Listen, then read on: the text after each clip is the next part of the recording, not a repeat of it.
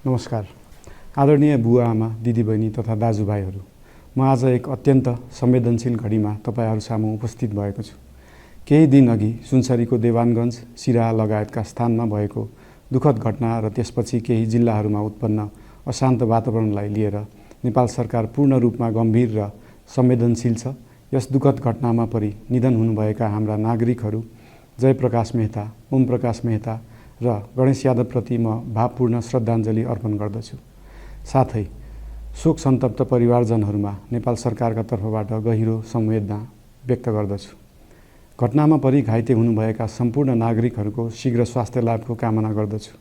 घाइतेहरूको उपचारमा कुनै पनि प्रकारको कमी वा ढिलाइ हुन नदिन सम्बन्धित स्वास्थ्य निकायहरूलाई स्पष्ट निर्देशन दिइसकिएको छ। घटना भए लगत्तै सबै सुरक्षा निकायहरूले तत्काल घटनास्थलमा पुगेर परिस्थितिलाई सामान्य बनाउने, थप अप्रिय घटना हुन नदिने र शान्ति सुरक्षा कायम गर्ने प्रयास निरन्तर गरिरहेका छन्। घटनाको निष्पक्ष छानबिन गरी दोषीलाई कडा कानुनी कारबाही गर्न गृह मन्त्रालयले छानबिन समिति गठन गरिसकेको छ।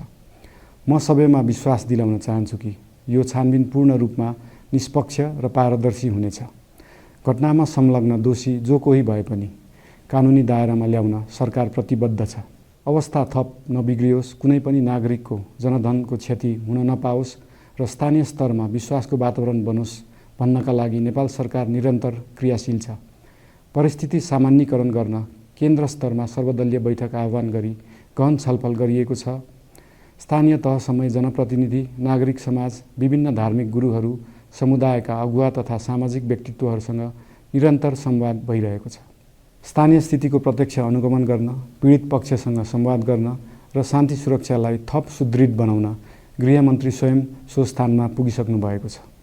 साथै देशको समग्र शान्ति सुरक्षाको अवस्थाबारे गम्भीर समीक्षा गर्न राष्ट्रिय सुरक्षा परिषदको बैठक बसी परिस्थिति अनुसारका आवश्यक निर्णयहरू समेत गरिसकिएको छ।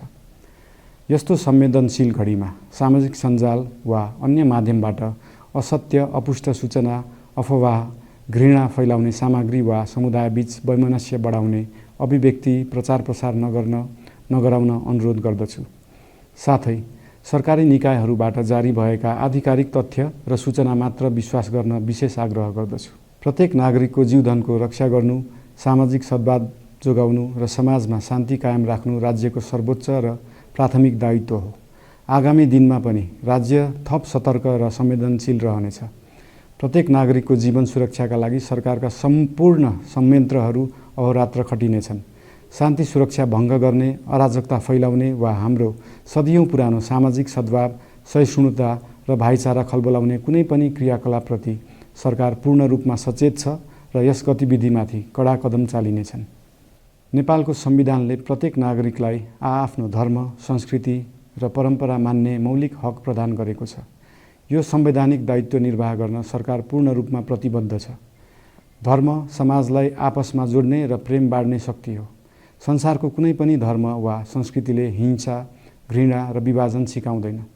सबै धर्मको मूल सार करुणा, दया, प्रेम र शान्ति नै हो। देशको कुनै एक स्थानमा भएको अनपेक्षित र दुःखद घटनालाई लिएर कुनै सिङ्गो समुदायलाई आरोपित गर्नु र देशका अन्य भूभागमा समेत त्यसको प्रतिशोधको आगो फैलाउनु कुनै पनि दृष्टिकोणबाट न्यायोचित वा न्यायसङ्गत हुन सक्दैन।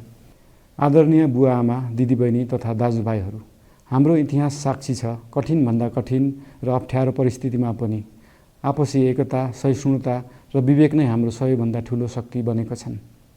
हामी सबैले जिम्मेवार नागरिकको भूमिका निर्वाह गर्दै यो सुन्दर र शान्त नेपाली आकाशमा मडारिएको अशान्तिको बादल हटाउनु पर्नेछ। हम आम नागरिक, नागरिक समाज, धार्मिक समुदाय, सब आदरणीय अगुवा, सब राजनीतिक दल आ जिम्मेवार संचार के माध्यम सबके धैर्यता आ संयमता अपना के शांति, सद्भाव, भाईचारा आ राष्ट्रीय एकता कायम राख के लेल सरकार के तरफ से हार्दिक अपील कर रहल छी। धन्यवाद।